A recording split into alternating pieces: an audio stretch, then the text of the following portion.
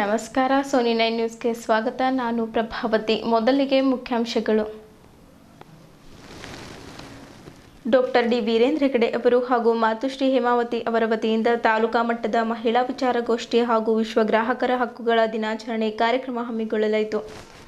ಬೀದರ್ನ doctor Channabasava Pattadevaru ಜಿಲ್ಲಾ ರಂಗಮಂದಿರದಲ್ಲಿ ಕರ್ನಾಟಕ ಜಾನಪದ ಅಕಾಡೆಮಿ ವತಿಯಿಂದ 2023 ಹಾಗೂ 24ನೇ ಸಾಲಿನ ಪ್ರಶಸ್ತಿ ವಾರ್ಷಿಕ ಗೌರವ ಪ್ರಶಸ್ತಿ, ತಜ್ಞ ಪ್ರಶಸ್ತಿ ಪ್ರದಾನ ಹಾಗೂ 2022 ಮತ್ತು 23ನೇ ಸಾಲಿನ ಪುಸ್ತಕ ಬಹುಮಾನ ವಿತರಣಾ ಸಮಾರಂಭ ನಡೆಯಿತು.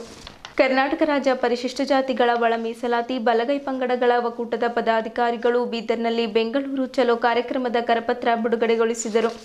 ಕೃಷಿ ಅಭಿವೃದ್ಧಿ ನಿಗಮ ನಿಯಮಿತದ ರಾಜ್ಯ ಉಪಾಧ್ಯಕ್ಷರಾಗಿ ಪ್ರಥಮ ಬಾರಿಗೆ ಬೀದರ್ ಜಿಲ್ಲೆಗೆ ಆಗಮಿಸಿದ್ದ ಸಂಜಯ್ ಜಾಗೀರ್ದಾರ್ ಅವರಿಗೆ ಕಾಂಗ್ರೆಸ್ ಪಾರ್ಟಿಯಲ್ಲಿ ಅದ್ದೂರಿ ಸ್ವಾಗತ ಕೋರಲಾಯಿತು. ಜಿಲ್ಲಾಧಿಕಾರಿ ಶಿಲ್ಪಾ ಶರ್ಮಾ ಅವರು ಬೀದರ್ನಲ್ಲಿ ಜೈ ಭಾರತ ಮಾತಾ ಸೇವಾ ಸಮಿತಿ ವತಿಯಿಂದ ರಾಮೇಶ್ವರದಲ್ಲಿ ಹಮ್ಮಿಕೊಳ್ಳಲಾದ ಅಮರ್ ಬಲಿದಾನ ದಿನಾಚರಣೆಯ ಭಿತ್ತಿಪತ್ರವನ್ನು ಬಿಡುಗಡೆ ಮಾಡಿದ್ದರು. ಸುದ್ದಿಯ ವಿವರಗಳು. ಬೀದರ್ ಜಿಲ್ಲಾ ಕಾನೂನು ಸೇವೆಗಳ ಪ್ರಾಧಿಕಾರ ಬೀದರ್ ಮತ್ತು family planning association of India Bidar ಇವರ ಸಂಯುಕ್ತಾಶ್ರಯದಲ್ಲಿ ಪರಮ ಪೂಜ್ಯ ರಾಜಶ್ರೀ ಡಾಕ್ಟರ್ ಡಿ ವೀರೇಂದ್ರ ಹೆಗಡೆ ಅವರು ಹಾಗೂ ಮಾತುಶ್ರೀ ಹೇಮಾವತಿ ಅಮ್ಮನವರ ಶುಭಾಶೀರ್ವಾದಗಳಿಂದ ತಾಲೂಕು ಮಟ್ಟದ ಮಹಿಳಾ ವಿಚಾರಗೋಷ್ಠಿ, ಶಿವ ಪಂಚಾಕ್ಷರಿ ಪಠಣ ಹಾಗೂ ವಿಶ್ವ ಗ್ರಾಹಕರ ಹಕ್ಕುಗಳ ದಿನಾಚರಣೆ ಕಾರ್ಯಕ್ರಮವನ್ನು ಆಯೋಜನೆ ಮಾಡಲಾಯಿತು. ಸದರಿ ಕಾರ್ಯಕ್ರಮದ ಉದ್ಘಾಟನೆಯನ್ನ ಪ್ರಕಾಶ್ ಅರ್ಜುನ್ ಬನ್ಸೋಡೆ, ಹಿರಿಯ ಸಿವಿಲ್ ನ್ಯಾಯಾಧೀಶರು ಹಾಗೂ ಸದಸ್ಯರುಗಳು, ಜಿಲ್ಲಾ ಕಾನೂನು ಸೇವೆಗಳ ಪ್ರಾಧಿಕಾರ ಬೀದರ್ ಇವರು ನೆರವೇರಿಸಿದರು.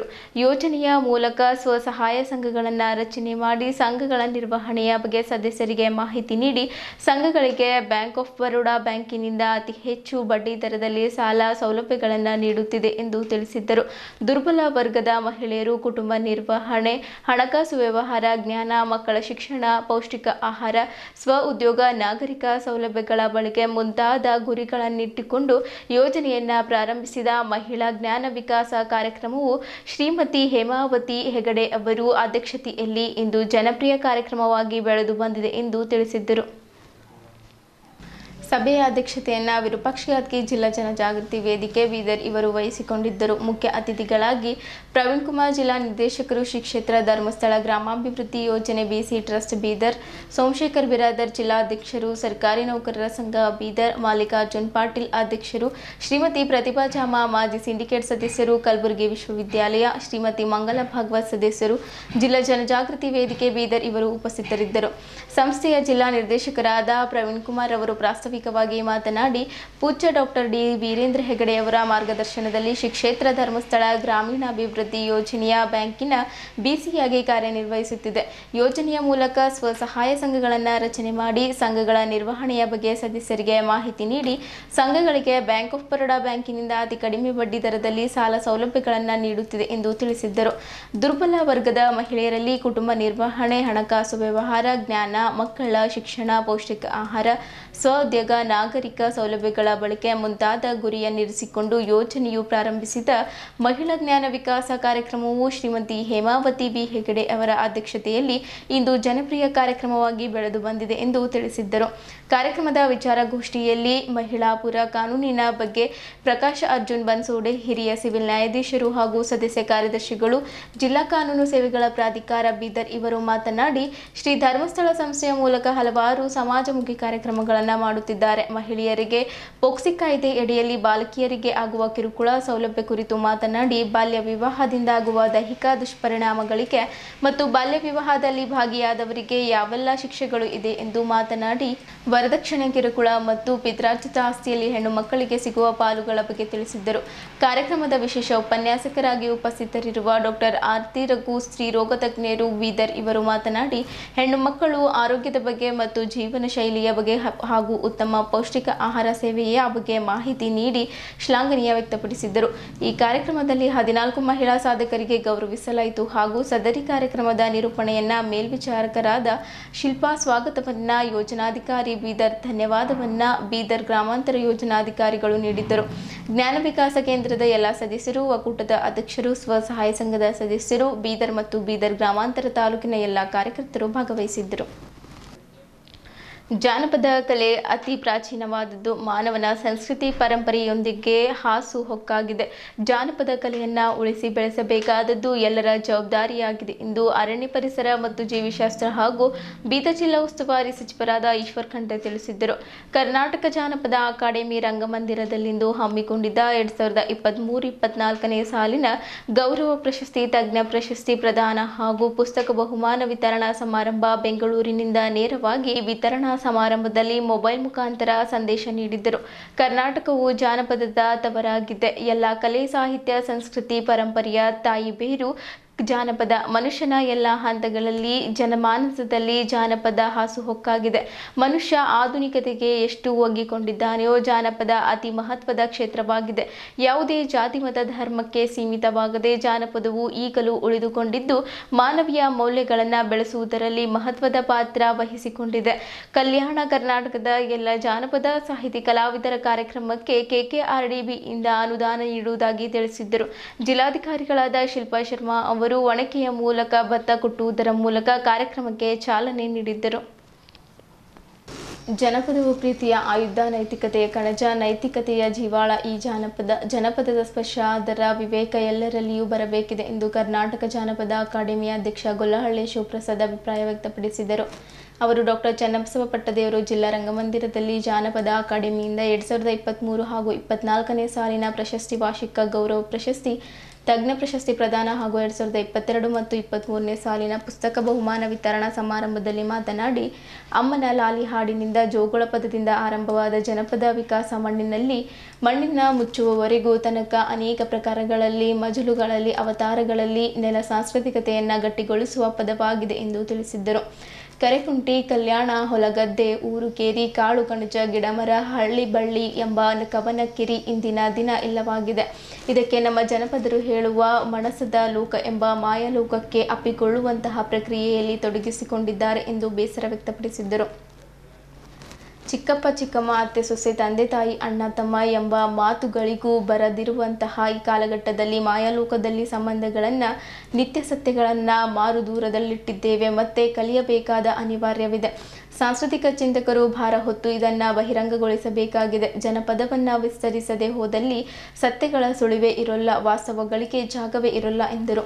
ಮಣ್ಣಿನ ಹಾಗೂ ಮಳೆಯ ವಾಸನೆ ಈಗಿನ ಪರಂಪರೆಗೆ ಗೊತ್ತಿಲ್ಲ. ಇವುಗಳನ್ನು ನಾವು ಮಕ್ಕಳಿಗೆ ತಿಳಿಸಬೇಕು. ಮುಂದಿನ ದಿನಗಳಲ್ಲಿ ಇವೆರಡು ವಾಸನೆಗಳು ಗೊತ್ತಿರದೆ ಇರುವವರು ಯಾವುದೇ ಸುವಾಸನೆಯನ್ನು ತೆಗೆದುಕೊಂಡರೂ ಅದು ವಿವೇಕವಲ್ಲ, ಸಮಾಜಕ್ಕೆ ಪೂರಕವಲ್ಲ. ಜಾನಪದ ಇಂತಹ ಮೂಲವತ್ತು ನಮ್ಮನ್ನು ಕರೆದೊಯ್ಯುತ್ತದೆ ಎಂದರು. ಮುಂದಿನ ವರ್ಷ ಅಖಿಲ ಭಾರತ ಮಹಿಳಾ ಜನಪದ ಉತ್ಸವವನ್ನು ಆಯೋಜಿಸುತ್ತೇವೆ. ಅದಕ್ಕಾಗಿ ಕಲ್ಯಾಣ ಕರ್ನಾಟಕ ಪ್ರದೇಶ ಅಭಿವೃದ್ಧಿ ಮಂಡಳಿಯ ಸಹಾಯ ಬೇಕಾಗುತ್ತದೆ. ಹಾಗೆಯೇ ಬುಡಕಟ್ಟು ಜನಾಂಗದ ಉತ್ಸವವನ್ನು ಆಯೋಜಿಸಲು ಯೋಜಿಸಿದ್ದೇವೆ. ಇದಕ್ಕೆ ಭಿಕ್ಷೆ ಬೇಡಿಯಾದರೂ ಜಾನಪದ ಕಾರ್ಯಕ್ರಮ ಮಾಡುತ್ತೇವೆ ಎಂದು ಗೊಲ್ಲಹಳ್ಳಿ ಶಿವಪ್ರಸಾದ್ ಸ್ಪಷ್ಟಪಡಿಸಿದ್ದರು. ಅಕಾಡೆಮಿಯ ರಿಜಿಸ್ಟರ್ ನಮೃತ ಸಿಬ್ಬಂದಿಗಳಾದ ಪ್ರಕಾಶ್, ಅಭಿ, ಸೇವಂತಿ, ನಾಗರತ್ನಮ್ಮ, ಮಹಾದೇವಮ್ಮ ಸೇರಿದಂತೆ ಅಕಾಡೆಮಿಯ ಎಲ್ಲ ಸದಸ್ಯರನ್ನು ಸ್ಮರಿಸಿಕೊಳ್ಳಬೇಕಿದೆ. ಇವರೆಲ್ಲರೂ ನಮ್ಮ ಅಕಾಡೆಮಿಯ ರಥವನ್ನು ಎಳೆಯುತ್ತಿದ್ದೇವೆ. ಇದಕ್ಕಾಗಿ ಅವರಿಗೆ ಅಭಿನಂದಿಸುತ್ತೇನೆ, ನಮಸ್ಕರಿಸುತ್ತೇನೆ ಎಂದು ಗೊಲ್ಲಹಳ್ಳಿ ಶಿವಪ್ರಸಾದ್ ತಿಳಿಸಿದ್ದರು. ಈ ಕಾರ್ಯಕ್ರಮದಲ್ಲಿ ಜಿಲ್ಲಾ ಪಂಚಾಯತ್ ಸಿಇಒ ಡಾಕ್ಟರ್ ಗಿರೀಶ್ ಬದೋಲೆ, ಕನ್ನಡ ಮತ್ತು ಸಂಸ್ಕೃತಿ ಇಲಾಖೆ ಜಂಟಿ ನಿರ್ದೇಶಕರಾದ ಬಸವರಾಜ್ ಹೂಗಾರ್, ಜಾನಪದ ಅಕಾಡೆಮಿ ಸದಸ್ಯರಾದ ವಿಜಯಕುಮಾರ್ ಸೋನಾರೆ, ಮಲ್ಲಿಕಾರ್ಜುನ್ ಕಿಂಕೇರೆ, ಮಂಜುನಾಥ್ ರಾಮಣ್ಣ, ಮೆಹಬೂಬ್ ಕಿಲ್ಲೇದಾರ್, ಶಿವಮೂರ್ತಿ, ಭೀಮಾಬಾಯಿ, ಡಾಕ್ಟರ್ ನಿಂಗಪ್ಪ ಮುದ್ನೂರೆ ಸೇರಿದಂತೆ ಇನ್ನಿತರರು ಅಕಾಡೆಮಿಯ ಸದಸ್ಯರು, ಕರ್ನಾಟಕ ಜಾನಪದ ಅಕಾಡೆಮಿ ಬೆಂಗಳೂರಿನ ಲೆಕ್ಕಾಧಿಕಾರಿ ಸುರೇಶ್ ನಾಯಕ್, ರಿಜಿಸ್ಟರ್ ಎನ್ ಅಮೃತ ಸೇರಿದಂತೆ ಇನ್ನಿತರರು ಇದ್ದರು. ಮೆರವಣಿಗೆಯಲ್ಲಿ ಬಸವರಾಜ್ ಧನ್ನೂರ್, ಫರ್ನಾಣಿ ಸಿಪ್ಳಗಾಂವ್, ಗೀತಾ ರೆಡ್ಡಿ, ಬೀದರ್ ವಿಶ್ವವಿದ್ಯಾಲಯದ ಕುಲಸಚಿವರಾದ ಸುರೇಖಾ, ಕನ್ನಡ ಸಾಹಿತ್ಯ ಪರಿಷತ್ತಿನ ಜಿಲ್ಲಾಧ್ಯಕ್ಷ ಸುರೇಶ್ ಚಂದ್ರ ಶೆಟ್ಟಿ, ಸಿದ್ದರಾಮಪ್ಪ ಮಾಸಿಮಾಡೆ, ಕನ್ನಡ ಸಂಸ್ಕೃತಿ ಇಲಾಖೆಯ ಸಹಾಯಕ ನಿರ್ದೇಶಕರಾದ ಸಿದ್ದರಾಮ್ ಶಿಂದೆ ಸೇರಿದಂತೆ ಇತರರು ಇದ್ದರು. ತಮಟೆ ಒಂದು ಸಮುದಾಯ ನುಡಿಸುತ್ತದೆ. ಯಾಕೆ ನುಡಿಸಬೇಕು? ತಮಟೆಯನ್ನು ನಾನು ಯಾಕೆ ಕಲಿಬಾರದು? ಡೊಳ್ಳನ್ನು ನಾನು ಯಾಕೆ ನುಡಿಸಬಾರದು? ಹಗಲನ್ನು ಏಕಪ್ರಕಾರವಾಗಿ ನುಡಿಸ್ತಕ್ಕಂಥ ಕಲೆ ಅದು. ನಾವು ಅವರೇ ನುಡಿಸಬೇಕು ಅಂತಂದರೆ ಅದು ಅಲ್ಲಿಗೆ ಸೀಮಿತ ಆಗ್ತದೆ. ಅದರಲ್ಲಿ ಕೂಡ ಒಂದು ಶೋಷಣೆ ಇರ್ತದೆ. ಹಾಗಾಗಿ ಅದನ್ನು ಬಿಡಿಸಿಕೊಂಡು ನಾವೇ ಎರಡು ಸಮಾಧಾನದ ಸಂಗತಿ ಅಂತಂದರೆ, ಒಂದು ವಯಸ್ಸಾದ ಕಲಾವಿದರು ಒಂದು ಕಡೆಗಿದ್ದಾರೆ, ಅಷ್ಟೇ ಪ್ರಮಾಣದಲ್ಲಿ ಯುವ ಗಾಯಕರು ಕೂಡ ಈ ವೇದಿಕೆ ಮೇಲಿದ್ದಾರೆ. ಅದಕ್ಕಾಗಿ ನಾನು ಅಕಾಡೆಮಿ ಅಧ್ಯಕ್ಷರಿಗೆ ಅಭಿನಂದನೆಗಳನ್ನು ಹೇಳ್ತಾರೆ. ಸರ್, ಬಸವನಾಡಿಗೆ ಬಸವರಾಜ್ ಹೂಗಾರ್ ಅವರು ಬಂದು ಈ ಕಾರ್ಯಕ್ರಮದ ಸ್ಫೂರ್ತಿ ತುಂಬಿದಿರಿ. ತಮಗೆ ಅನಂತ ಧನ್ಯವಾದ ಸರ್. ಎಷ್ಟೋ ಜನ ಕಲಾವಿದರು ಮಹಾಶಾಸನ ಹೋದಾಗ 15 ವರ್ಷದ ದಾಖಲೆ ತರಂತ ಹೇಳಿ 15 ವರ್ಷದ ದಾಖಲಾತಿ ಎಲ್ಲಿ ಇಡಬೇಕು ಅಧ್ಯಕ್ಷ? ನಾವು ಹೋಗೋದ ನಮ್ಮ ಕಲಾವಿದರಿಗೆ ತಾವೆಲ್ಲರೂ 5,000 ರೂಪಾಯಿ ಮಾಶನ ಮಾಡಬೇಕಂತ ಈ ವೇದಿಕೆ ಮೂಲಕ ಕೇಳ್ಕೊತಾ ಇದ್ದೀನಿ. ಯಾಕಂದರೆ ಈ ರಾಜ್ಯದಲ್ಲಿ ನಮ್ಮ ಕಲಾವಿದರು ಅಧ್ಯಕ್ಷರು ಹೇಳಿದ್ರು ಇಲ್ಲ ಮುಂದೆ ಕಲಾವಿದರು ನಮ್ಮ ಕಲಾವಿದರು ಸರ್ ಎಷ್ಟು ಸರ್ 5,000 10,000 15,000 20,000 ಆ ಮಂಡಳಿಯಿಂದ ಬೀದಕ್ಕೆ ಬರಬೇಕಾದ್ರೆ ಒಬ್ಬ ಜನಪದ ಕಲಾವಿದ ಕೇವಲ 5 ಲಕ್ಷ ಕೊಡ್ತೀರಿ. ಅದಕ್ಕೆ ನಾನು ವಿನಂತಿ ಮಾಡ್ಕೋತೀನಿ, ನಾವು ಯಾವುದೇ ಮೆರವಣಿಗೆ ಕಲಾವಿದ ಬಂದರೆ ಅವನಿಗೆ ಈಗ 25,000 ಕೊಡ್ತಾ ಇದ್ರಿ, 50,000 ರೂಪಾಯಿ ಕೊಡ್ಬೇಕಂತೇಳಿ ನಾವು ಈ ವೇದಿಕೆ ಮೂಲಕ ಅಭಿನಂದನೆಯನ್ನು ಸಲ್ಲಿಸೋಣ. ಹಾಗೆ ಮತ್ತೋರ್ವ ಶ್ರೀ ರಂಗಯ್ಯ ಪಟಾಪುರದಲ್ಲಿ ರಾಮನಗರ ಜಿಲ್ಲೆಯ ಪ್ರಸಿದ್ಧ ಕಲಾವಿದರು. ರಂಗಯ್ಯ ತೋಬಿ ಗುಡ್ಡತಿಮ್ಮಯ್ಯ ಮತ್ತು ಲಕ್ಷ್ಮವರ ಮಗನಾಗಿ ಜನಿಸಿದರು. ವೃತ್ತಿಯಲ್ಲಿ ವ್ಯವಸಾಯಗಾರರಾದರೂ ಪ್ರವೃತ್ತಿಯಿಂದ ಒಬ್ಬ ಪಟಾಪುಣಿತದ ಕಲಾವಿದರಾಗಿ ಅನೇಕ ಬಹುದೊಡ್ಡ ಸೇವೆ ಮಾಡ್ತಾ ಇದ್ದಾರೆ. ಶ್ರೀ ರಂಗಯ್ಯ ಅವರಿಗೆ ನಿಮ್ಮ ಅಭಿಮಾನದ ಚಪ್ಪಾಳೆಗಳು ಹೊರಹೊಮ್ಮಲಿ. ಹಾಗೆ ಶ್ರೀ ಎಂ ತೋಪಣ್ಣ ಕೀಲು ಕುದುರೆ ಕಲಾ ಸೇವೆಯನ್ನ ಮಾಡುತ್ತಿದ್ದಾರೆ. ತಮ್ಮ ಗುರುಗಳಾದ ಬಿ ಟಾಕಪ್ಪ ಕಣ್ಣೂರು ಇವರಿಂದ ಡೊಳ್ಳು ಕುಣಿತವನ್ನು ಕಲಿತ ಇವರು 1943ರಲ್ಲಿ ರಷ್ಯಾ ಸ್ಥಳಗಳಲ್ಲಿ ಇವರು ಅಂತಾರಾಷ್ಟ್ರೀಯ ಮಟ್ಟದಲ್ಲಿ ಮತ್ತಷ್ಟು ಪ್ರದರ್ಶನಗಳನ್ನು ನೀಡಿದ್ದಾರೆ. ದೆಹಲಿಯಲ್ಲಿ ನಡೆದ ಗಣರಾಜ್ಯೋತ್ಸವ ಕಾಮನ್ವೆಲ್ತ್ ಗೇಮ್ 15ನೇ ವಯಸ್ಸಿನಲ್ಲಿ ತಮ್ಮ ತಂದೆಯವರಿಂದ ಕರಡಿ ವಾದ್ಯವನ್ನು ಕಲಿತರು. ಇವರ ತಂದೆ ಪುಟ್ಟಪ್ಪನವರು ಕರಡಿ ಪುಟ್ಟಪ್ಪನವರೊಂದೇ ಪ್ರಸಿದ್ಧರಾಗಿದ್ದರು. ಹಾಗೆ ಮತ್ತೊಬ್ಬರು ಶ್ರೀ ದೊಡ್ಡಸಿದ್ದಯ್ಯ ತಾಯಿ ಚಿಕ್ಕಮ್ಮ ಇವರ ಮಗನಾಗಿ ದಿನಾಂಕ 1 ಚಿಕ್ಕ ವಯಸ್ಸಿನಿಂದಲೇ ತಾಯಿಯಿಂದ ಶೋಭನೆ ಪದ, ತತ್ವಪದ, ಜಾನಪದ ಹಾಗೂ ಭಕ್ತಿಗೀತೆಗಳು ಕಲಿತು ಆಡಲು ಪ್ರಾರಂಭಿಸಿದರು. ಜಾನಪದ ತತ್ವಪದಗಾರ್ತಿ ಎಂದೇ ಹೆಸರು ಮಾಡಿರುವ ಇಮಾಮಿಯವರು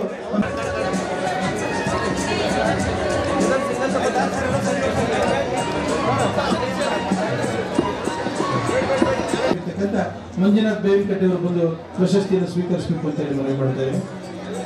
ಬೇಗ ಬರ್ಬೇಕು ಮಂಜುನಾಥ್ ಸರ್, ತಮ್ಮಲ್ಲಿ ವಿನಂತಿ ಮಾಡ್ತಾ ಇದ್ದೇವೆ.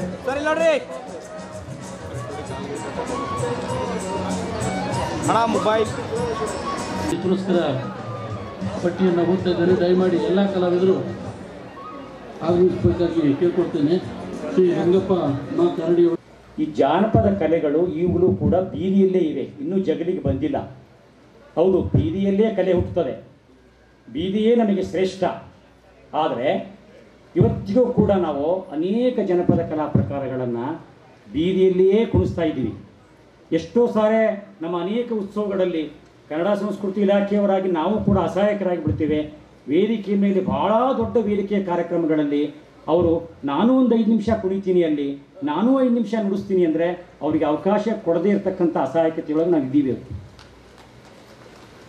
ಕೊಪ್ಪಳದಲ್ಲಿ ಮೊಟ್ಟ ಮೊದಲು ಆನೆಗೊಂದಿ ಉತ್ಸವ ನಡೀತಾ ಇರೋ ಸಂದರ್ಭದಲ್ಲಿ ರಾತ್ರಿ 2:15 ಕಾರ್ಯಕ್ರಮ ಮುಗೀತು. ಒಬ್ಬ ಹಗಲು ವೇಷದ ಕಲಾವಿದ, ಇಡೀ ಸಭಾಂಗಣ ಖಾಲಿಯಾಗಿದೆ, ಸಭಾಂಗಣದಲ್ಲಿ ಯಾರೂ ಇಲ್ಲ. ಸಂಸ್ಕೃತಿ ಇಲಾಖೆ ಸಹಾಯಕ ನಿರ್ದೇಶಕ ನಾನೊಬ್ಬ, ನಮ್ಮ ಪ್ಯೂನೊಬ್ಬ, ನಾವಿಬ್ಬರೇ ಇರೋದು. ಕಂಬಳಿ ಹೊತ್ಕೊಳ್ಬೇಕಲ್ಲ, ನಾವಿಬ್ಬರೇ ಇದ್ವಿ. ಅವರು ಆ ಟೀಮನ್ನು ಇಟ್ಕೊಂಡು, ಅಲ್ಲಪ್ಪ ಅಲ್ಲಿ ಯಾರೂ ಇಲ್ಲ ಆ ಸಭಾಂಗಣದಲ್ಲಿ, ಅದು ಇಂಥ ಸಭಾಂಗಣ ಅಲ್ಲ, ಅದು ಸ್ಕೂಲ್ ಮುಂದ್ಗಡೆ ಕಾರ್ಯಕ್ರಮ ಮಾಡ್ತಾಯಿದ್ರು ಅವಾಗ ಪ್ರಾರಂಭದಲ್ಲಿ. ಅದು ಸ್ಕೂಲ್ ಮುಂದ್ಗಡೆಗೆ ಅವರು ದಾಖಲೆನೇ ಹಾಕೋದಿಲ್ಲ. ಅಧಿಕಾರಿಗಳು ಸಂದರ್ಶನ ಕರೆದಾಗ ನಿಮ್ಗೆ 15 ವರ್ಷದ ದಾಖಲೆಗಳು ಕೊಡು ಅಂತ ಹೇಳಿ. ಅರೆ, ನಾನು ವಿನಂತಿ ಮಾಡ್ಕೋತೀನಿ ಸರ್, ತಮಗೆ ವಯಸ್ಸಾಗ್ತಾ ಇದೆ 58, ನೀವು 58 ಇಟ್ಟಿದ್ರಿ, ನಾವು 50ರಲ್ಲೇ ಸತ್ತು ಹೋಗ್ತಾ ಇದ್ದೀವಿ. ದಯಮಾಡಿ ನಮ್ಮ ಕಲಾವಿದರ ವಯೋಮಿತಿ 50ಕ್ಕೆ ಇಳಿಸ್ಬೇಕಂತೇಳಿ ನಾವು ಈ ವೇದಿಕೆ ಮೂಲಕ ತಮ್ಮ ಹತ್ರ ಕೇಳ್ಕೊತಾ ಇದ್ದೀವಿ. ಯಾಕಂದರೆ ನೀವೊಬ್ಬ ಧೀಮಂತ ಸಂಘಟಕರು, ನೀವೊಬ್ಬ ಧೀಮಂತ ಈ ರಾಜ್ಯದ ಒಬ್ಬ ವಿದ್ವಾಂಸರು ಮತ್ತು ಕಲಾವಿದರ ಬಗ್ಗೆ ಕಳಕಳಿ ಇರ್ತಕ್ಕಂಥ ವ್ಯಕ್ತಿಗಳಾಗಿರೋದ್ರಿಂದ ನಾನು ವಿನಂತಿ ಮಾಡ್ಕೋತಾ ಇದ್ದೀನಿ. ನಾ ಯಾಕೆ ವಿನಂತಿ ಮಾಡ್ಕೋತಾ ಇದ್ದೀನಿ ಅಂದರೆ, ಕರ್ನಾಟಕ ಭಾಗದಲ್ಲಿ ಮನೆ ಅಡ್ಡಾಡಿದ್ದೀನಿ. ಎತ್ತರಿ ಪದ ಹಾಡ್ರ ಮನೆಯಲ್ಲಿ ಮಲ್ಕೊಂಡಿದ್ದೀನಿ, ಗಿಗಿ ಪದ ಹಾಡ್ರ ಮನೆಯಲ್ಲಿ ಮಲ್ಕೊಂಡಿದ್ದೀನಿ, ಹಲ್ಗಿ ಭಾರತದ ಮನೆಯಲ್ಲಿ ಮಲ್ಕೊಂಡಿದ್ದೀನಿ. ಬಸ್ಸಿಗೆ ಹಿಡಿದು ಬೀದರಿಂದ ಕೊಪ್ಪಳದನ್ನ ಹೋಗಿ ಕಲಿಯೋ ಕಲಾವಿದರನ್ನ ನಾನು ವೀಕ್ಷಣೆ ಮಾಡಿದ್ದೀನಿ ಸರ್. ನಮ್ಮ ಕಲಾವಿದರ ಬಗ್ಗೆ ಯಾರು ಕಳಕಳಿ ಮಾಡೋದಿಲ್ಲ. ನೀವು ಹೇಳಿದ್ರಿ, ಇವತ್ತು ಭಾಳ ಖುಷಿಯಾಗಿದೆ. ನೀವು ಹೇಳಿದ್ರಿ ಸೊರಾರಿ ಅವರೇ, ಬೀದರಲ್ಲಿ ಒಂದೆಡೆ ನಾವು ಜನಪದ 2023-24 ಸಾಲಿನ ಪ್ರಸಿದ್ಧಿ ಪ್ರದಾನ ಮಾಡಬೇಕಾದ್ರೆ ನೀವು ಯಾವುದಾದ್ರೂ ಚೌಟ್ರಿಯಲ್ಲಿ ಮಲಗಿಸ್ತೀನಿ ಅಂದರೆ ಕಾರ್ಯಕ್ರಮ ಕೊಡೋದಿಲ್ಲ, ನೀವು AC ರೂಮಲ್ಲಿ ಕೊಡ್ತೀನಿ ಅಂದಾಗ ನಾನು ಸರ್ ನಮ್ಮ ಕಲಾವಿದರಿಗೆಲ್ಲರಿಗೆ ಇವತ್ತು AC ರೂಮಲ್ಲಿ ಮಲಗಿಸ್ತೀನಿ ಅಂತೇಳಿ ಇವತ್ತು ನಮ್ಮ ತತ್ವಪದ ಗಾಯಕರು ಮತ್ತು ವಿದ್ವಾಂಸರು ಮತ್ತು ಕಲಾವಿದರೆಲ್ಲ ಇವತ್ತು AC ರೂಮಲ್ಲಿ ಮಾಡಿದ್ದನ್ನು ಭಾಳ ಹೆಮ್ಮೆಯಿಂದ ಹೇಳ್ತಾ ಇದ್ದೀನಿ. ಇಷ್ಟೆಲ್ಲ ಜನ ಕಲಾವಿದರು ಹೋಗಿದ್ರು, ಆ ಲಾಡ್ಜಿಗೆ ಹೋದಾಗ ಲಾಡ್ಜ್ ಓನರ್ ಕೇಳ್ತಾರೆ, ಅಲ್ರಿ 1, 2 ಹೇಳಿದಾಗ ಬೀದರಲ್ಲಿ ನಡೀತಾ ಇದೆ ಸರ್, ನೀವು 5 ಜನ ಮಲ್ಕೊಳ್ಳಿ ಅಂತ ರೂಮ್ ಕೊಟ್ಟಿದ್ದಾರೆ. ಇವತ್ತು ಎಂಥ ನಮ್ಮ ಬೀದರ್ ಜಿಲ್ಲೆ ಇದೆ, ಬಸವಣ್ಣನ ನಾಡಿನಲ್ಲಿ ಆ ಕಲಾವಿದರು ಹೋದಾಗ ಬೇರೆ ನಾನೇ ಹೋಗಿದ್ದೆ ಮೈಸೂರಿಗೆ. ಮೈಸೂರಿಗೆ ನಾನು ಹೋದಾಗ ಸರ್ ನಾವು ಜನಪದ ಗಾಯನ ಹಾಡಕ್ಕೆ ಹೋದಾಗ ಸರ್ ಈ ರೂಮ್ ಬೇಡ ನಮಗೆ ಬೇರೆ ರೂಮ್ ಕೊಡ್ರಿ ಅಂದಾಗ ಇಲ್ಲ ಇಲ್ಲ ಇಲ್ಲ ನಿಮ್ಗೆ ಅದೇ ರೂಮ್ ಅಲಾಟ್ಮೆಂಟ್ ಆಗಿದೆ, ಆ ಕಲಾವಿದರು ಹೋದ್ಮೇಲೆ ನೀವು ಒಳಗಡೆ ಬರೀ ನೀವು ಹೊರಗಡೆ ಕೂರಂತಕ್ಕಂಥ ಭಾವನೆ ನಾನು ಮೈಸೂರಿನಲ್ಲಿ ನೋಡಿದ್ದೀನಿ ಸರ್. ನಮ್ಮ ಬೀದರ್ನ ಸಂವಾರ್ತೆ ನಾಡು ಪ್ರೀತಿಯಿಂದ ಕರೆದು ಇವತ್ತು ನಾಡಲ್ಲಿ ಶರಣರು ಕ್ರಾಂತಿಯನ್ನು ಮಾಡಿದಂಥ ಇವುಗಳು ಭಾಳಷ್ಟು ಇವುಗಳು. ಮತ್ತು ಇಲ್ಲಿ ತತ್ವಪದಗಳಾಗಿರ್ಬೋದು ಅಥವಾ ಜನಪದ ಕಲಾವಿದರಾಗಿರ್ಬೋದು, ಇಲ್ಲಿಯ ಸಾಂಸ್ಕೃತಿಕ ಮಹತ್ವವನ್ನು ನೋಡಿದರೆ ನಮಗೆ ಗೊತ್ತಾಗುತ್ತೆ ಬೀದರ್ನ ವೈಶಿಷ್ಟ್ಯವೇನು ಅಂತ. ಹಾಗಾಗಿ ನಾವು ಬೀದರ್ನ ಕನಿಷ್ಠ ಬೆಂಗಳೂರು ಗರಿಷ್ಠ ಅನ್ನುವಂಥ ಇದನ್ನು ನಮ್ಮ ತಲೆಯಿಂದ ಕಿತ್ತಾಕಬೇಕಾಗಿದೆ. ನಾವೇನು ಕಡಿಮೆಯಲ್ಲ. ಹೈದರಾಬಾದ್ ಕರ್ನಾಟಕ ಆಗಿರ್ಬೋದು, ಉತ್ತರ ಕರ್ನಾಟಕ ಆಗಿರ್ಬೋದು, ನಾವೇನು ಕಡಿಮೆಯಲ್ಲ. ಯಾರಿಗೆ ಅವ್ರಿಗಿನ್ನೂ ಶ್ರೇಷ್ಠರು, ಅವ್ರಿಗಿನ್ನೂ ಪ್ರಾಮಾಣಿಕರು, ಅವರಷ್ಟೇ ಅಥವಾ ಅವ್ರಿಗಿನ್ನೂ ಚೆನ್ನಾಗಿ ನಾವು ಓದಬಲ್ಲಿವಿ, ಬರೀಬಲ್ಲಿವಿ, ನಮ್ಮ ಇದರಲ್ಲಿ ನಾವು ನಮ್ಮ ಕೆಲಸಗಳನ್ನು ಮಾಡಬಲ್ಲಿವಿ ಅನ್ನುವಂಥ ಬಹಳಷ್ಟು ಸಂದರ್ಭಗಳಲ್ಲಿ ನಾವು ತೋರಿಸಿ ಆಗಿದೆ. ಮತ್ತು ಇನ್ನೊಂದು ನಮ್ಮ ಸೋಮರ್ ಸರ್ ಮಾತಾಡ್ತಾ 58 ವರ್ಷಕ್ಕೆ ಕಲಾವಿದರ ವಯಸ್ಸನ್ನು ಇಳಿಸ್ರಿ ಅಂತ. ಯಾಕೆ 50 ಆಗಬೇಕು?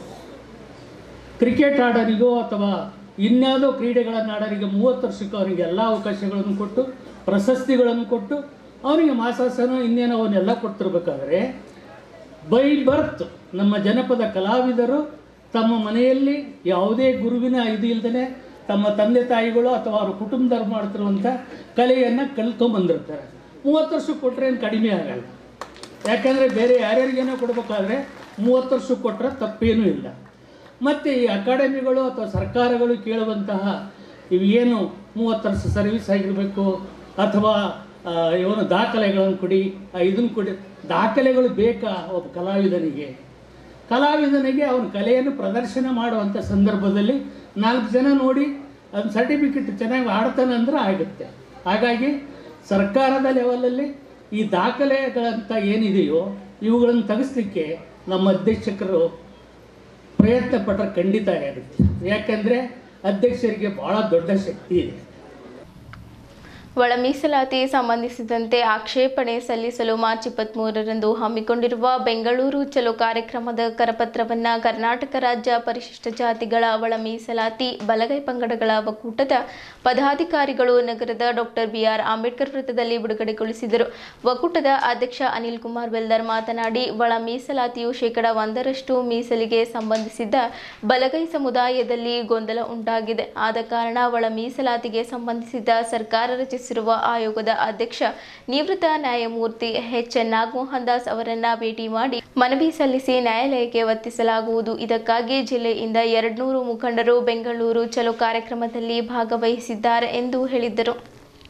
ಈ ಸಂದರ್ಭದಲ್ಲಿ ಒಕ್ಕೂಟದ ಮಹಾಪ್ರಧಾನ ಕಾರ್ಯದರ್ಶಿ ರಮೇಶ್ ಟಾಕುಳಗಿ, ಕಾರ್ಯಾಧ್ಯಕ್ಷ ರವಿ ಗಾಯಕ್ವಾಡ್, ವಿನೋದ್ ಅಪ್ಪೆ, ಶ್ರೀಕಾಂತ್ ರಾವ್ ದಿನ್ನೆ, ಬಾಬುರಾವ್ ಪಾಸ್ವಾನ್, ಶಿವಕುಮಾರ್ ನೀಲಿಕಟ್ಟಿ, ಪ್ರಧಾನ ಕಾರ್ಯದರ್ಶಿ ಪ್ರದೀಪ್ ನಾಟೇಕರ್, ಜಿಲ್ಲಾ ಸಂಯೋಜಕ ಅಂಬದಾಸ್ ಗಾಯಕ್ವಾಡ್, ಜಿಲ್ಲಾ ಖಜಾಂಚಿ ಸಂದೀಪ್ ಕಾಂಟೆ, ಪ್ರಶಾಂತ್ ದೊಡ್ಡಿ, ರಮೇಶ್ ಮಂದಕನಹಳ್ಳಿ, ರಾಜ್ಕುಮಾರ್ ಶೇರಿಕರ್, ಅವಿನಾಶ್ ದೀನೆ, ಸಾಯಿನಾಥ್ ಶಿಂದೆ, ಮಲ್ಲಿಕಾರ್ಜುನ್ ಮೊಳ್ಕೆರೆ, ರಾಜ್ಕುಮಾರ್ ಜ್ಯೋತಿ, ನರ್ಸಿಂಗ್ ಸಾಮ್ರಾಟ್, ಗೌತಮ್ ಭೋಸ್ಲೆ, ಅಂಬೇಡ್ಕರ್ ಸಾಗರ್, ಬಸವರಾಜ್ ಪಾವಿದೊಡ್ಡಿ ಮತ್ತಿತರರು ಪಾಲ್ಗೊಂಡಿದ್ದರು. ಆಯೋಗದ ಅಧ್ಯಕ್ಷರಿಗೆ ಮತ್ತು ಬಲಗೈ ಪಂಗಡದ ಸಚಿವರುಗಳಿಗೆ ಒಳ ಮೀಸಲಾತಿ ಕುರಿತು ಆಕ್ಷೇಪಣೆಗಳ ಮನವಿ ಸಲ್ಲಿಸಲು ಬೆಂಗಳೂರು ಚಲೋ ಕಾರ್ಯಕ್ರಮದ ಕರಪತ್ರಗಳನ್ನು ಬಿಡುಗಡೆ ಮಾಡಲಾಗುತ್ತದೆ. ಈ ಕರಪತ್ರದ ಬಿಡುಗಡೆಗೊಳಿಸಲು ಈ ಒಂದು ಸಮಿತಿಯ ಎಲ್ಲ ಪದಾಧಿಕಾರಿಗಳು ಬೀದರ್, ಶಿವರಾಜ್ ಹಾಸನ್ಕರ್ ಮಾಜಿ ಅಧ್ಯಕ್ಷರು ಜಿಲ್ಲಾ ಪಂಚಾಯತ್ ಬೀದರ್, ಲಕ್ಷ್ಮಣರಾವ್ ಬುಳ್ಳ ಮಾಜಿ ಉಪಾಧ್ಯಕ್ಷರು ಜಿಲ್ಲಾ ಪಂಚಾಯತ್ ಬೀದರ್, ವಿದ್ಯಾಸಾಗರ್ ಶಿಂದೆ ದೊಡ್ಡಿ ಬೀದರ್ ಗೌರವಾಧ್ಯಕ್ಷರು, ಅನಿಲ್ ಕುಮಾರ್ ಬೆಲ್ದರ್ ಬೀದರ್ ಅಧ್ಯಕ್ಷರು, ರಮೇಶ್ ಟಾಕುಳಗಿ ಹುಮ್ನಾಬಾದ್ ಮಹಾಪ್ರಧಾನ ಕಾರ್ಯದರ್ಶಿಗಳು, ಕಾರ್ಯಾಧ್ಯಕ್ಷರಾಗಿ ರವಿ ಗಾಯಕ್ವಾಡ್ ಬಸವ ಕಲ್ಯಾಣ್, ವಿನೋದ್ ಅಪ್ಪೆ ಬೀದರ್, ಶ್ರೀಪತ್ರಾವ್ ದೀನೆ ಬೀದರ್, ಬಾಬುರಾವ್ ಪಾಸ್ವಾನ್ ಬೀದರ್, ಪ್ರಧಾನ ಕಾರ್ಯದರ್ಶಿಯಾಗಿ ಪ್ರದೀಪ್ ನಾಟೇಕರ್ ಬಾಲ್ಕಿ, ಖಜಾಂಚಿಗಾಗಿ ಸಂದೀಪ್ ಕಾಂಟೆ ಬೀದರ್ ಹಾಗೂ ಜಿಲ್ಲಾ ಒಕ್ಕೂಟದ ಉಪಾಧ್ಯಕ್ಷರುಗಳು ಪ್ರಶಾಂತ್ ದೊಡ್ಡಿ ಅಧ್ಯಕ್ಷರು ಸ್ಥಾಯಿ ಸಮಿತಿ ನಗರಸಭೆ ಬೀದರ್, ಶಿವಕುಮಾರ್ ಬಾವಿಕಟ್ಟಿ ಸದಸ್ಯರು ನಗರಸಭೆ ಬೀದರ್, ಶಿವಮೂರ್ತಿ ಸುಬಾನೆ ಔರತ್ಬಾ, ಲಕ್ಷ್ಮೀಪುತ್ರ ಮಾಳಿಗೆ ಹುಮ್ನಾಬಾದ್, ರಘುನಾಥ್ ಗಾಯಕ್ವಾಡ್ ಬಾಲ್ಕಿ, ಪ್ರಕಾಶ್ ಅಂಬೇಡ್ಕರ್ ಅವರಿಗೆ ಬಾಬಾ ಸಾಹೇಬ್ ಅಂಬೇಡ್ಕರ್ ಅವರಿಗೆ ಒಳ ಮೀಸಲಾತಿ ಬಲಗೈ ಪಂಗಡಗಳ ಒಕ್ಕೂಟಕ್ಕೆ ಚಲೋ ಚಲೋ ಚಲೋ ಚಲೋ ನಮ್ಮ ಹಕ್ಕಿಗಾಗಿ ಬೆಂಗಳೂರು ಚಲೋ.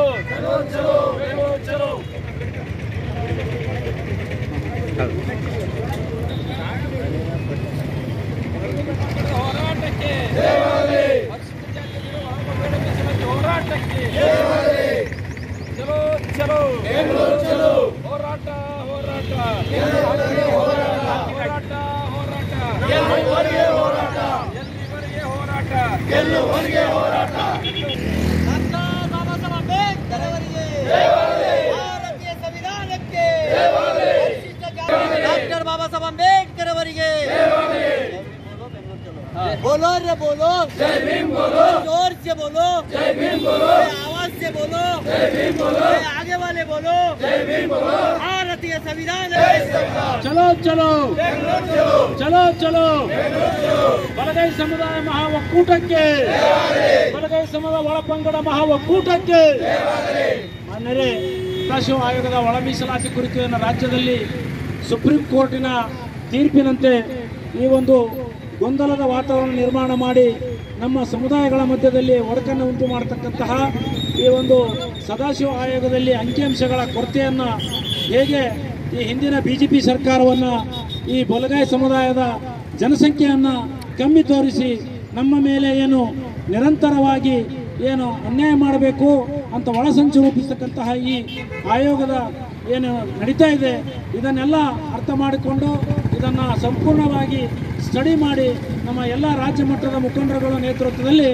ಬೀದರ್ನಿಂದ 22ನೇ ತಾರೀಕಿಗೆ ನಾವು ನಮ್ಮ ಎಲ್ಲ ಅಹವಾಲುಗಳನ್ನು ನಮ್ಮ ಆಕ್ಷೇಪಣೆಯನ್ನು ಸಲ್ಲಿಸಲು ಮಾನ್ಯ ಏಕಸದಸ್ಯ ಆಯೋಗದ ಅಧ್ಯಕ್ಷರಾದ ಸನ್ಮಾನ್ಯ ನ್ಯಾಯಮೂರ್ತಿಗಳಾದಂಥ ನಾಗಮೋಹನ್ ದಾಸ್ ಅವರಿಗೆ ಡಾಕ್ಟರ್ ಅಂಬೇಡ್ಕರ್ ಭವನ ವಸಂತನಗರ್ ಬೆಂಗಳೂರಿನಲ್ಲಿ ನಾವಿಲ್ಲಿ ನೂರಾರು ತಂಡದಿಂದ ಬೀದರ್ ಗುಲ್ಬರ್ಗ ಮತ್ತು ಯಾದಗಿರಿ ಭಾಗದಲ್ಲಿ ವಿಶೇಷವಾಗಿ ಏನು ವಲಯ ಸಮಾಜ ಇದೆ, ಏನು ಇವತ್ತು ಚನ್ನದಾಸರಿದ್ದಾರೆ, ಇವತ್ತು ಬೇರೆ ಬೇರೆ ಸಮುದಾಯದಲ್ಲಿ ಗುರುತಕ್ಕಂತಹ ಈ ಬಲಗೈ ಸಮುದಾಯದ ಉಪಪಂಗಡಗಳ ಮೇಲೆ ಅಂಕಿಅಂಶಗಳ ಏನು ವ್ಯತ್ಯಾಸವನ್ನು ತೋರಿಸಿದ್ದಾರೆ. ಈ ಎಲ್ಲ ವಿಚಾರಗಳನ್ನು ನಮ್ಮ ಮನವಿ ಮುಖಾಂತರ ನಾವು ನಮ್ಮ ರಾಜ್ಯದ ನಮ್ಮ ಬಲಗೈ ಸಮಾಜದ ಸಚಿವರುಗಳಿಗೆ ಮತ್ತು ಮುಖಂಡರುಗಳಿಗೆ ಮತ್ತು ಆಯೋಗದ ಸದಸ್ಯರಿಗೆ ಮನವಿಯನ್ನು ಕೊಡಲಿಕ್ಕೆ ಹೋಗ್ತಾ ಇದ್ದೀವಿ. ಅದರ ಪ್ರಯುಕ್ತ ಇವತ್ತು ನಮ್ಮ ಬೀದರ್ ಜಿಲ್ಲಾ ಬಲಗೈ ಸಮಾಜದ ಒಕ್ಕೂಟದ ವತಿಯಿಂದ ಇವತ್ತು ಈ ಕರಪತ್ರವನ್ನು ಬಿಡುಗಡೆ ಮಾಡಿ ನಾವು ಈ ಮುಂದಿನ ಕಾರ್ಯಕ್ರಮಕ್ಕೆ ಅಣಿಯಾಗ್ತಾ ಇದ್ದೇವೆ. ವಿನೂತನವಾಗಿ ಇವತ್ತು ನಾವು ಕರಪತ್ರ ಉದ್ಘಾಟನೆ ಮಾಡೋದ್ರ ಮುಖಾಂತರ ದಿನಾಂಕ 22ರಂದು ಬೆಂಗಳೂರಿಗೆ ಹೋಗ್ತಾ ಇದ್ದೀವಿ. ಬೀದರ್ನಿಂದ ಸುಮಾರು 500ಕ್ಕೂ ಮೇಲ್ಪಟ್ಟ ಜನರನ್ನು ಯಾವ ಸದಸ್ಯ ಆಯೋಗದ ನಾಗಮೋಹನ್ ದಾಸ್ ಅವರನ್ನು ವರದಿ ಮಾಡ್ತಾ ಇದ್ದಾರೆ. ಆ ವರದಿಯಲ್ಲಿ ಹೊಲೆಯ ಜಾತಿಗೆ ಕಮ್ಮಿ ಪರ್ಸೆಂಟೇಜ್ ಸಿಕ್ಕದಂತಕ್ಕಂಥ ಒಂದು ಕೂಗು ಕೇಳಿ ಬರ್ತಿದೆ. ಆ ಕೂಗಿನ ಸಲುವಾಗಿ ನಾವೆಲ್ಲರೂ ಮನವಿ ಮಾಡಿಕೊಂಡಾಗ ಅವರು ವಿಶೇಷವಾಗಿ ನಮ್ಮನ್ನು ಈ ಒಂದು ಸಭೆಯನ್ನು ಕರೆದಾರೆ. ಸಭೆಯಲ್ಲಿ ನಮ್ಮ ಅಹವಾಲು ಕೇಳೋಕೆ ವಿಶೇಷವಾಗಿ ಬಲಗೈ ಪಂಗಡದ ಹೊಲೆಯ ಸಮುದಾಯದ ಒಂದು ಅಹವಾಲು ತಗೊಳಕ್ಕೆ ಅವರು ಬೆಂಗಳೂರಿನಲ್ಲಿ ಅಂಬೇಡ್ಕರ್ ಭವನ ಅದರಲ್ಲಿ ಒಂದು ಸಭೆ ಇಕ್ಕಿದ್ದಾರೆ. ಆ ಸಭೆಯಲ್ಲಿ ಅವರು ನಮ್ಮ ಅಹವಾಲನ್ನು ತಗೊಳಕ್ಕೆ ನಮಗೆಲ್ಲರಿಗೆ ಕರೆದಾರೆ. ಅದಕ್ಕೆ ಬೀದರ್ ಜಿಲ್ಲೆಯಿಂದ ಸುಮಾರು ಜನರು ನಾವು ಬೀದರಿಂದ 500ಕ್ಕೂ ಮೇಲ್ಪಟ್ಟು ನಾವು ಹೋಗ್ತಾ ಇದ್ದೀವಿ. ಅಲ್ಲಿ ನಮಗೆ ಯಾವ ರೀತಿ ಅನ್ಯಾಯ ಆಗಿದೆ, ಈ ಕಲ್ಯಾಣ ಕರ್ನಾಟಕದಲ್ಲಿ ಯಾವ ಭಾಗದ ಅನ್ಯಾಯ ಆಗಿದೆ, ಅನ್ಯಾಯ ಸರಿಪಡಿಸಬೇಕು. ಅದೇ ರೀತಿ ಆಂಧ್ರ ಮಾದರಿಯಲ್ಲಿ ನಮ್ಮ ಒಳ ಮೀಸಲಾತಿಯನ್ನು ಜಾರಿ ಮಾಡಬೇಕು. ಈಗಾಗಲೇ ಜಾತಿ ಜನಗಣತಿ ಆಗುವವರೆಗೆ ಒಳ ಮೀಸಲಾತಿ ಜಾರಿ ಮಾಡಬಾರ್ದು. ಇಲ್ಲಿ ವಿಶೇಷವಾಗಿ ಈ ಪರಿಶಿಷ್ಟ ಜಾತಿಯಲ್ಲಿರ್ತಕ್ಕಂಥ ಜನಗಣತಿನೇ ವಿಶೇಷವಾಗಿ ಆಗಬೇಕು. ಯಾಕಂದ್ರೆ ಇಲ್ಲಿ ಕಾರಣಾಂತರದಿಂದ ಸುಮಾರು ಜನ ಮತಾಂತರ ಆಗಿದ್ದಾರೆ. ಅದು ಅವರು ಯಾವ ಪಟ್ಟಿಗೆ ಸೇರಿಸ್ಬೇಕಂತ ಅನ್ನೋದು ಕೂಡ ನಿರ್ಧಾರ ಆಗಬೇಕು. ಇಲ್ಲಿ ವಿಶೇಷವಾಗಿ ಬೀದರ್ ಜಿಲ್ಲೆಯಲ್ಲಿ ಇರ್ತಕ್ಕಂಥ ಹೈದರಾಬಾದ್ ಕರ್ನಾಟಕ, ಕಲ್ಯಾಣ ಕನ್ನಡದ ಇಲ್ಲಿ ಯಾವುದು ಇವತ್ತು ನಮಗೆ ಅನ್ಯಾಯ ಆಗಿದೆ, ನಾವು ಯಾವುದು ಮುಂದುವರೆದ ಜಾತಿ ಅಂಥೇಳಿ ನಮಗೆ 1% ಅಂತಕ್ಕಂಥ ಕೂಗಿ ಕೇಳಿ ಬರ್ತಾಯಿದೆ. ಅದು ನಾವು ಖಂಡಿಸ್ತೀವಿ. ಯಾಕಂದ್ರೆ ನಮಗೆ ಅನ್ಯಾಯ ಆದಾಗ ನಾವು ಈ ಭಾಗದಲ್ಲಿರ್ತಕ್ಕಂಥ ಎಡಗೈ ಸಮುದಾಯ, ಬಲಗೈ ಸಮುದಾಯ ಅಂತಕ್ಕಂಥ ಏನು ಭೇದ ಭಾವ ಇದೆ, ಆ ಭೇದವನ್ನು ಬದಿಗೊತ್ತಿ ನಾವೆಲ್ಲರೂ ಈ ಒಂದು ಹೋರಾಟ ಕೈ ಜೋಡಿಸ್ಬೇಕಾಗ್ಯದ. ಈ ಹೋರಾಟಕ್ಕೆ ಎಲ್ಲರೂ ಬೀದರ್ ಜಿಲ್ಲೆಯಿಂದ ನಾವೊಂದು ಸಮಿತಿ ಮಾಡಿದ್ದೀವಿ. ಆ ಸಮಿತಿ ಮುಖಾಂತರ ನಾವೆಲ್ಲರೂ ಹೋಗಿ ಒಂದು ಮನವಿ ಪತ್ರ ಕೊಡ್ತಾಯಿದ್ದೆವು. ಆ ಮನವಿ ಪತ್ರ ಇಡೀ ಸರ್ಕಾರವನ್ನು ಪರಿಗಣಿಸಬೇಕು. ಮುಂದುವರೆದಲ್ಲಿ ಜಾತಿ ಜನಗಣತಿ ಆಗುವವರೆಗೆ ಮೀಸಲಾತಿಯನ್ನು ಈ ಒಳ ಮೀಸಲಾತಿಯನ್ನು ಜಾರಿ ಮಾಡಬಾರ್ದು ಅಂತಕ್ಕಂಥ ನಮ್ಮದೆಲ್ಲರೂ ಉದ್ದೇಶ ಇದೆ. ಧನ್ಯವಾದ.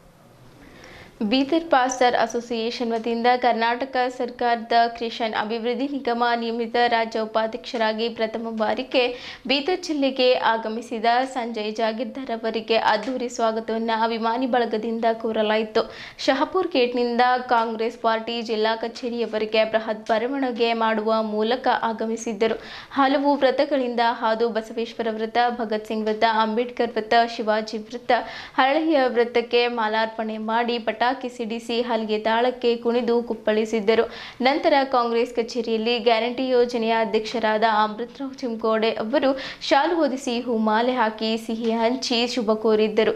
ಈ ಸಂದರ್ಭದಲ್ಲಿ ದಾಸ್ ಸೂರ್ಯವಂಶಿ, ಬಸವರಾಜ್ ಭತ್ಮುರ್ಗೆ, ಪರ್ವೇಜ್ ಕಮಾಲ್, ವಿಶಾಲ್ ದೊಡ್ಡಿ, ರವೀಂದ್ರ ಶಾಮರಾವ್ ಬೆಂಬುಳಗಿ, ಸೋಮನಾಥ್ ಕಟ್ಟಿಮನಿ ಸೇರಿದಂತೆ ಕ್ರೈಸ್ತ ಮುಖಂಡರು, ಪಕ್ಷದ ಕಾರ್ಯಕರ್ತರು ಇದ್ದರು.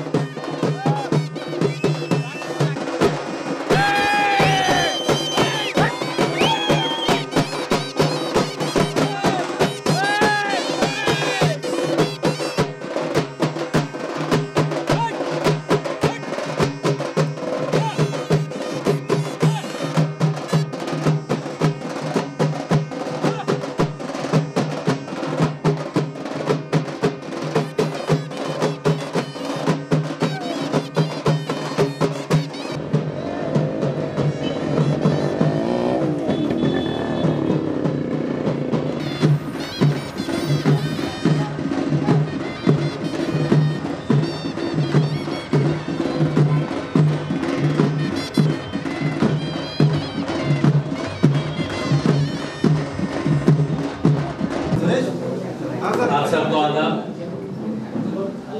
आज नॉमिनेटेड उपाध्यक्ष संजय जागीरदार जी तशरीफ लाए हैं।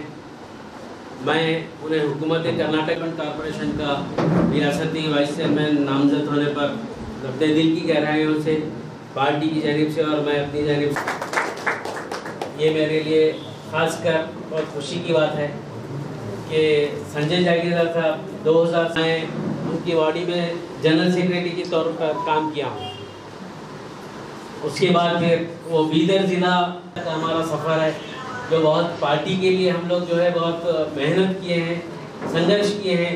आज उसका फल उन्हें भी मिला है। अब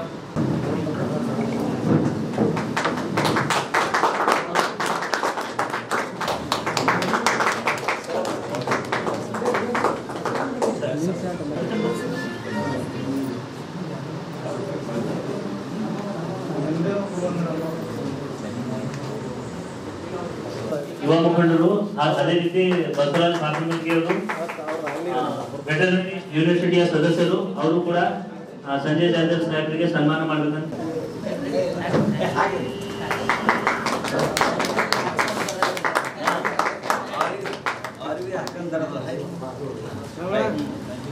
ಗುರುದಾಸ್ ಕೊಳರಂಗ್ಲ ಅವರು ಬಂದಿದ್ದಾರೆ. ಅವರು ಸಂಜಯ್ ಜಾಗೀರದಾರ್ ಸಾಹೇಬರಿಗೆ ವೆಲ್ಕಮ್ ಮಾಡಬೇಕಂತ ಕೇಳ್ಬೋದು. ನಮ್ಮ DCC ಅವರು ಬಸ್ಸಿನಾಗ ಹೋಗೋರೆಲ್ಲ ಫ್ರೀ ಹೋಗ್ಯಾರ ಹೆಣ್ಮಕ್ಳು, 20-25 ಮಂದಿ ಗಂಡಸ ಮಕ್ಕಳು ಹೋಗ್ಯಾವ. ನಾನು ಕೇಳ್ತಾನ ಚಿಕ್ಕೊಡೆ ನೀವು ಹೆಣ್ಮಕ್ಳಿಗೆಲ್ಲ ಕರ್ಕೊಂಡು ಹೋಗಿದೀವಿ, ಒಬ್ಬೊಬ್ಬರಿಗೆ 300-400 ಅಂದ್ರೆ ಎಷ್ಟು ರೊಕ್ಕ ಆಯ್ತು? ನೀವು 20 ಮಂದಿ ಗಂಡಸರದೇ ಟಿಕೆಟ್ ಕೊಟ್ಟಿರಿ, 200 ಮಂದಿ ಹೆಣ್ಮಕ್ಳ ಟಿಕೆಟ್ ಕೊಟ್ಟು ಬಹಳ ಸಂತೋಷವಾಗಿರ್ತಕ್ಕಂಥದ್ದು.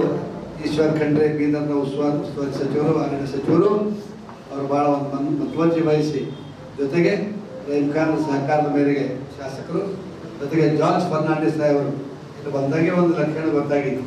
ಸಾಹೇಬರಿಲ್ಲ ಆಫೀಸಿಗೆ ಬಂದಾಗೆ ಒಂದು ಲಕ್ಷಣ ಗೊತ್ತಾಗಿತ್ತು. ಫರ್ನಾಂಡಿಸ್ ಸಾಹೇಬರು ಜೊತೆಗೆ ನಮ್ಮ ಕರ್ನಾಟಕದ ಜನಪ್ರಿಯ ಮುಖ್ಯಮಂತ್ರಿಗಳಿರ್ತಕ್ಕಂಥ ಸಿದ್ದರಾಮಯ್ಯ ಸಾಹೇಬರು, ಶಿವಕುಮಾರ್ ಸಾಹೇಬರು ಎಲ್ಲರೂ ಸೇರಿ ಅದು ವಿಶೇಷ ಹೇಳಬೇಕಂದ್ರೆ ಗುಲ್ಬರ್ಗ ನಮ್ಮ ಕಲ್ಯಾಣ ಕರ್ನಾಟಕ ಭಾಗದ್ದು AICC ಅಧ್ಯಕ್ಷರು ಮಲ್ಲಿಕಾರ್ಜುನ್ ಖರ್ಗೆ ಅವರಿಗೆ ಬಹಳ ಹತ್ತಿರದ ಬಳಗ, ಬಹಳ ಖುಷಿ ಮನಸ್ಸು ಮಾಡಿ ಎಲ್ಲ ನಮ್ಮ ರಾಷ್ಟ್ರೀಯ ಪಕ್ಷದ ಎಲ್ಲ ನಾಯಕರುಗಳಿಗೆ, ರಾಜ್ಯದ ಎಲ್ಲ ನಾಯಕರುಗಳಿಗೆ ಎಲ್ಲರಿಗೆ ಈ ಸಂದರ್ಭದಲ್ಲಿ ಅನಂತ ನಮಸ್ಕಾರ ತಿಳಿಸ್ತಾ, ಲೀಡರ್ ಯಾರಾದ್ರೂ ಅಂದ್ರೆ ಅದು ದಾಸ್ ಸಾಹೇಬರು ಇದ್ದಾರೆ, ಭೀಮಣ್ಣ ಖಂಡ್ರೆ ಸಾಹೇಬರು ಇದ್ದಾರೆ. ಇವತ್ತು ಅಂತವ್ರ ಮಾರ್ಗದರ್ಶನದಲ್ಲಿ ನಾವೆಲ್ಲರೂ ಮುಂದುವರಿತಾ ಇದ್ದೀವಿ. ನಿರಂತರವಾಗಿ ಮುಂದೆ ನಾನು ಸಹ ಎಲ್ಲರಿಗೂ ಕೇಳೋದು ಹಾಕಿದೆ, ಎಲ್ಲಾ ಸಮುದಾಯದವರಿಗೆ ಕೇಳೋ ಹಾಕಿದೆ, ಎಲ್ಲರೂ ಕೇಳ್ತಾರೆ. ನಾನು ಸಹ ಕನಿಷ್ಠ ಒಂದು 10-15 ವರ್ಷದಿಂದ ನಿರಂತರವಾಗಿ MLC ಬೇಕು, ನಮ್ಗೆ MLC ಬೇಕಂತ ಕೇಳ್ತಾ ಇದ್ದೆ. ಆದ್ರೆ ಕಾಂಗ್ರೆಸ್ ಪಕ್ಷದ ಹಿರಿಯರು, ಕಾಂಗ್ರೆಸ್ ಪಕ್ಷದ ನಾಯಕರು, AICC ಅಧ್ಯಕ್ಷರಾದಂತಹ ಮಲ್ಲಿಕಾರ್ಜುನ್ ಖರ್ಗೆ ಸಾಹೇಬರು, ಈ ರಾಜ್ಯದ ಜನಪ್ರಿಯ ಮುಖ್ಯಮಂತ್ರಿಗಳಾದಂತಹ ಸಿದ್ದರಾಮಯ್ಯ ಸಾಹೇಬರು, ಉಪಮುಖ್ಯಮಂತ್ರಿಗಳಾದಂತಹ DK ಶಿವಕುಮಾರ್ ಸಾಹೇಬರು, ಇವತ್ತು ಜಿಲ್ಲೆಯ ಉಸ್ತುವಾರಿ ಸಚಿವರುಗಳಾದಂತಹ ಈಶ್ವರ್ ಖಂಡ್ರೆ ಸಾಹೇಬರು, ರಹೀಂ ಖಾನ್ ಸಾಹೇಬರು, ಇವತ್ತು KJ ಜಾರ್ಜ್ ಸಾಹೇಬರು, ಪ್ರಿಯಾಂಕ್ ಖರ್ಗೆ ಸಾಹೇಬರು, ಎಲ್ಲ ಸಚಿವ ಸಂಪುಟದ ಎಲ್ಲ ಸಚಿವರು ಇವತ್ತು ಎಲ್ಲರೂ ಸೇರಿ ಇವತ್ತು ಈ ಭಾಗಕ್ಕೆ, ಉತ್ತರ ಕರ್ನಾಟಕ ಭಾಗಕ್ಕೆ ಕ್ರೈಸ್ತರಿಗೆ ಒಂದು ಯಾವ್ದಾದ್ರು ಸ್ಥಾನ ಕೊಡಬೇಕು ಅಂತ ಹೇಳಿ ಚರ್ಚೆ ಮಾಡಿ ಮಾಡಿ ಮಾಡಿ ನಾನು ನಿರಂತರವಾಗಿ ನಾನು MLCನೇ ಬೇಕಂತ ಹಠ ಹಿಡಿದಿದ್ದೆ. ಆದ್ರೆ ಕೆಲವೊಂದು ಸಂದರ್ಭದಲ್ಲಿ ಏನಾಗ್ತದೆ, ದೊಡ್ಡವರು ಹೇಳಿದ ಮಾತು ಕೇಳಬೇಕಾಗ್ತದೆ ನಮ್ಗೆ.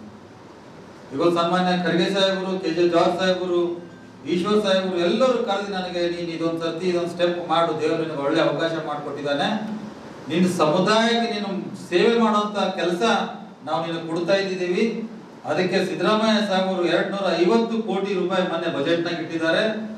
ಅದಕ್ಕೆ ಇಡೀ ರಾಜ್ಯದಲ್ಲಿ ಸುತ್ತಿ ಸಮುದಾಯದಂತ ಎಲ್ಲೇ ಯಾವುದೇ ಒಂದು ಸಂದರ್ಭ ಪೆಂಡಿಂಗ್ ಗಳಿದ್ರೆ ನೀ ಕೆಲಸ ಮಾಡ ಅಂತ ಹೇಳಿ ಇವತ್ತಿನ ದಿವಸ ನನಗೆ ಕ್ರಿಶ್ಚಿಯನ್ ಡೆವಲಪ್ಮೆಂಟ್ ಕಾರ್ಪೊರೇಷನ್ ನ ಉಪಾಧ್ಯಕ್ಷರಾಗಿ ನನ್ನನ್ನು ಆಯ್ಕೆ ಮಾಡಿದರೆ ನಾನು ನನ್ನ ಪರವಾಗಿ, ನನ್ನ ಕುಟುಂಬದ ಪರವಾಗಿ ಹಾಗೂ ನನ್ನ ಎಲ್ಲ ಸಮಾಜದ ಪರವಾಗಿ ಹಾಗೂ ಕಾಂಗ್ರೆಸ್ ಪಕ್ಷದ ಎಲ್ಲರ ಪರವಾಗಿ ಅವರನ್ನು ಕೃತಜ್ಞತೆಗಳನ್ನು ಸಲ್ಲಿಸ್ತೇನೆ, ಧನ್ಯವಾದಗಳನ್ನು ಸಲ್ಲಿಸ್ತೇನೆ. ಜೈ ಭಾರತ ಮಾತಾ ಸೇವಾ ಸಮಿತಿಯು ಮಾರ್ಚ್ 23ರಂದು ತಮಿಳುನಾಡಿನ ರಾಮೇಶ್ವರದಲ್ಲಿ ಅಮರ ಬಲಿದಾನ ದಿನ ಆಚರಿಸಲು ನಿರ್ಧರಿಸಿದೆ. ಸಮಿತಿಯಿಂದ ಈಗಾಗಲೇ ಬೆಂಗಳೂರು, ಮುಂಬೈ, ನವದೆಹಲಿ, ಪಂಜಾಬ್ನಲ್ಲಿ ಅಮರ ಬಲಿದಾನ ದಿನ ಆಚರಿಸಲಾಗಿದೆ. ಸಮಿತಿಯ ರಾಷ್ಟ್ರೀಯ ಸಂಸ್ಥಾಪಕ ಅಧ್ಯಕ್ಷ ಹವಮಲ್ಲಿನಾಥ ಮಹಾರಾಜರ ನೇತೃತ್ವದಲ್ಲಿ ಈ ಬಾರಿ ರಾಮೇಶ್ವರದ ತುಳಸಿ ಬಾಬಾ ಮಾಧವ್ ರಸ್ತೆಯಲ್ಲಿರುವ ಗೋಸ್ವಾಮಿ ಮಾಧವ ಸತ್ಸಂಗ ಹಾಲ್ನಲ್ಲಿ ಕಾರ್ಯಕ್ರಮ ಹಮ್ಮಿಕೊಳ್ಳಲು ತೀರ್ಮಾನಿಸಲಾಗಿದೆ ಎಂದು ಸಮಿತಿಯ ಭಾಲ್ಗಿ ತಾಲೂಕು ಘಟಕದ ಅಧ್ಯಕ್ಷ ಪಪ್ಪು ಪಾಟೀಲ್ ಖಾನಾಪುರ್ ತಿಳಿಸಿದ್ದಾರೆ. ಬಲಿದಾನ ದಿನದ ಅಂಗವಾಗಿ ತಿರಂಗಾ ಯಾತ್ರೆ ನಡೆಯಲಿದೆ. ಯಾತ್ರೆ ಕಲಬುರಗಿ ಜಿಲ್ಲೆಯ ಆಳಂದ್ ತಾಲೂಕಿನ ಭಾರತ ಮಾತಾ ಮಂದಿರದಿಂದ ಮಾರ್ಚ್ 20ರಂದು ಆರಂಭಗೊಳ್ಳಲಿದೆ ಎಂದು ಹೇಳಿದ್ದಾರೆ. ಯಾತ್ರೆಯು ಕಲಬುರಗಿ, ಸಿಂಧನೂರು, ಶಿರಗುಪ್ಪ ಮಾರ್ಗವಾಗಿ ಸಾಗಿ ಬಳ್ಳಾರಿಯ ಬೈರಾಪುರದ ಮಲ್ಲಿನಾಥ ಆಶ್ರಯಕ್ಕೆ ತಲುಪಲಿದೆ. ಮಾರ್ಚ್ 21ರಂದು ನೆಲಮಂಗಲ ನೈಸ್ ರಸ್ತೆ, ಹೊಲಸೂರು ರಸ್ತೆ, ಚಂದಾಪುರ ಮೂಲಕ ಅತ್ತಿಬೇಲಿಯ SB ಕಲ್ಯಾಣ ಮಂಟಪಕ್ಕೆ ತಲುಪಲಿದೆ. ಮಂಟಪದಲ್ಲಿ ಅಮರ ಬಲಿದಾನ ದಿನಾಚರಣೆ ಜರುಗಲಿದೆ ಎಂದು ತಿಳಿಸಿದ್ದಾರೆ. ಅಲ್ಲಿಂದ ಹೊರಟು ಮಾರ್ಚ್ 23ಕ್ಕೆ ರಾಮೇಶ್ವರ ತಲುಪಲಿದೆ ಎಂದು ಹೇಳಿದ್ದಾರೆ. ಭಗತ್ ಸಿಂಗ್, ಸುಖದೇವ್, ರಾಜ್ಗುರು, ಸುಭಾಷ್ ಚಂದ್ರ ಬೋಸ್, ಚಂದ್ರಶೇಖರ್ ಆಜಾದ್, ಉಸ್ತಾದ್ ಉಲ್ ಖಾನ್, ರಾಮ್ ಪ್ರಸಾದ್, ಬಿಸ್ಮಿಲ್ಲಾ, ವೀರ್ ಸಾವ್ಕಾರ್, ಉಧಮ್ ಸಿಂಗ್, ಝಾನ್ಸಿ ರಾಣಿ ಲಕ್ಷ್ಮೀಬಾಯಿ, ಕಿತ್ತೂರು ರಾಣಿ ಚೆನ್ನಮ್ಮ, ಸಂಗೊಳ್ಳಿ ರಾಯಣ್ಣ, ವಾಸುದೇವ್, ಬಲವಂತ್ ರಾಯ್ ಸೇರಿದಂತೆ ಸಾವಿರಾರು ಜನ ದೇಶದ ಸ್ವಾತಂತ್ರ್ಯಕ್ಕಾಗಿ ತ್ಯಾಗ ಬಲಿದಾನ ನೀಡಿದ್ದಾರೆ. ಅವರನ್ನು ಸ್ಮರಿಸುವುದು ಹಾಗೂ ಗೌರವಿಸುವುದು ದೇಶದ ಪ್ರತಿಯೊಬ್ಬರ ಆದ್ಯ ಕರ್ತವ್ಯವಾಗಿದೆ. ಅಮರ ಬಲಿದಾನ ದಿನಾಚರಣೆ ಕಾರ್ಯಕ್ರಮ ಹಾಗೂ ತಿರಂಗ ಯಾತ್ರೆಯಲ್ಲಿ ದೇಶಭಕ್ತರು ಹೆಚ್ಚಿನ ಸಂಖ್ಯೆಯಲ್ಲಿ ಪಾಲ್ಗೊಳ್ಳಬೇಕೆಂದು ಮನವಿ ಮಾಡಿದ್ದಾರೆ. ಬೀದಿಪತ್ರ ಬಿಡುಗಡೆ. ಜೈ ಭಾರತ ಮಾತಾ ಸೇವಾ ಸಮಿತಿ ರಾಮೇಶ್ವರದಲ್ಲಿ ಹಮ್ಮಿಕೊಂಡಿರುವ ಅಮರ ಬಲಿದಾನ ದಿನಾಚರಣೆಯ ಬೀದಿಪತ್ರವನ್ನು ಜಿಲ್ಲಾಧಿಕಾರಿ ಶಿಲ್ಪಾ ಶರ್ಮಾ ಬೀದರ್ನಲ್ಲಿ ಬಿಡುಗಡೆ ಮಾಡಿದ್ದರು. ಸಮಿತಿಯ ಭಾಲ್ಗಿ ತಾಲೂಕು ಘಟಕದ ಅಧ್ಯಕ್ಷ ಪಪ್ಪು ಪಾಟೀಲ್ ಖಾನಾಪುರ್ ಹಾಗೂ ಸಮಿತಿಯ ಪದಾಧಿಕಾರಿಗಳು ಹಾಜರಿದ್ದರು. ಇಲ್ಲಿಯವರೆಗೂ ಸುದ್ದಿ ಕೊಟ್ಟಿದ್ದು ನಾನು ಪ್ರಭಾವತಿ. ಮುಂದಿನ ಸುದ್ದಿಯೊಂದಿಗೆ ಮತ್ತೆ ಭೇಟಿಯಾಗೋಣ. ವಂದನೆಗಳು.